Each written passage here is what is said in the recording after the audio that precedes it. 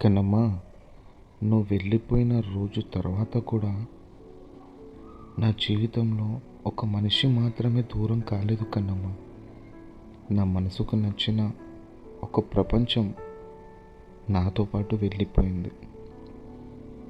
అప్పటి వరకు నాకు తెలియని ఒక విషయం ఆ రోజే తెలిసింది.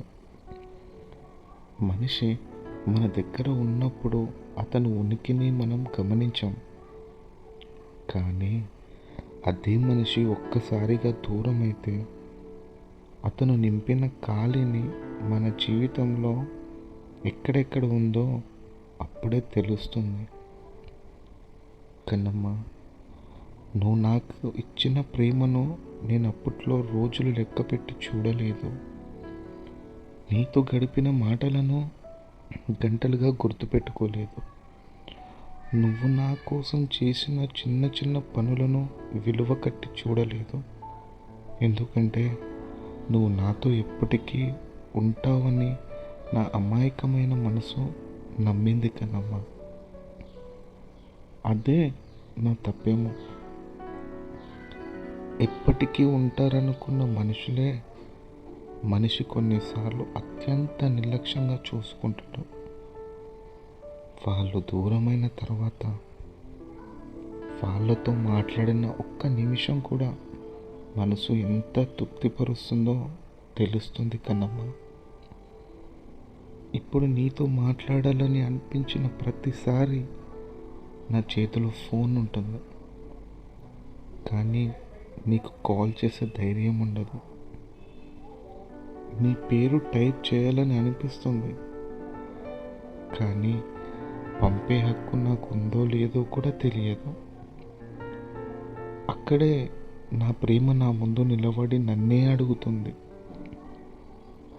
నువ్వు ప్రేమించిన మనిషిని కోల్పోయిన తర్వాత కూడా ఆమెను ఇబ్బంది పెట్టకుండా ప్రేమించగలవా? అప్పుడు నా కన్నీళ్ళు సమాధానం చెబుతాయి, అవును అని. ఎందుకంటే నిన్ను ప్రేమించడం అంటే నిన్ను నా దగ్గర ఉంచుకోవడం మాత్రమే కాదు కన్నమ్మా. నువ్వు నా దగ్గర లేకపోయినా నీ సంతోషాన్ని కోరుకోవడం కన్నమ్మా. నువ్వు నన్ను మరచిపోయినా నేను నిన్ను నిందించను. నువ్వు ముందుకు వెళ్ళిపోయినా నీ దారిని అడ్డుకోను. ఎందుకంటే ఒకప్పుడు నీ ముఖంలో నవ్వు చూడటమే నా కోరిక. ఇప్పుడు ఆ నవ్వు నా వల్ల కాకపోయినా నీ జీవితంలో ఉండాలని కోరుకోవడమే నా ఆశ. బహుశా అదే నా ప్రేమకు మిగిలిన చివరి నిజం అనుకుంటా. కానీ ఒక విషయం మాత్రం నన్ను ఎప్పటికీ సందేహపరుస్తూనే ఉంటుంది. ఎప్పుడైనా నిశ్శబ్దంగా కూర్చున్నప్పుడు నీకు మన రోజులు ఏదైనా గుర్తొస్తే దాన్ని వెంటనే మర్చిపోవద్దు కన్నమ్మా. ఎందుకంటే ఆ జ్ఞాపకాలలో ఒక మనిషి తన ప్రపంచం మొత్తం నీ పేరునే రాసుకున్నాడు. అతనికి నువ్వు ఒక ప్రేమ కథ కాదు, నువ్వే ఆ కథలో అత్యంత అందమైన అత్తయ్యమని గుర్తుపెట్టుకో కన్నమ్మా. కన్నమ్మా, నిన్ను కోల్పోయిన తర్వాత నేను చాలా విషయాలు నేర్చుకున్నాను.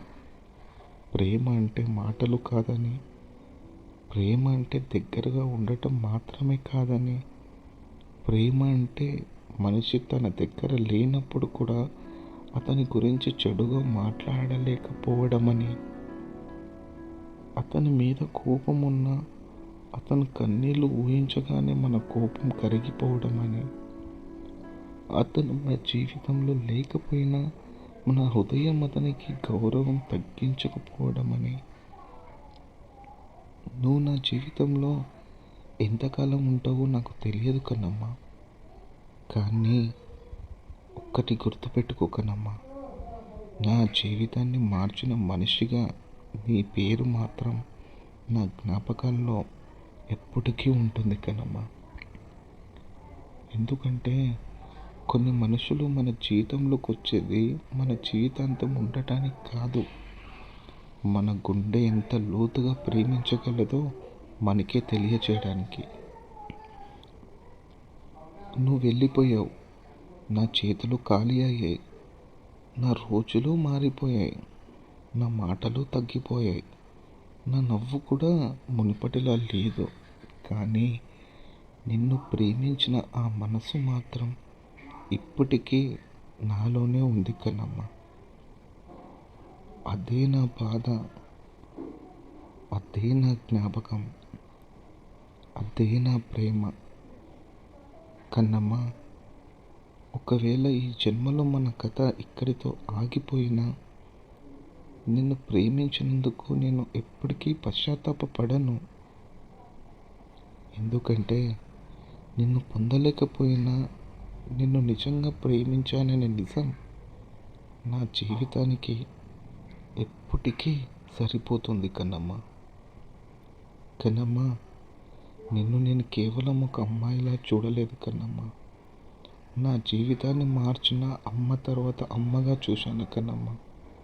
ఎందుకంటే నేను బాగుపడాలి, నేను బాగుండాలి అని మా అమ్మ తర్వాత కోరుకున్న రెండవ వ్యక్తివి నువ్వే కన్నమ్మ.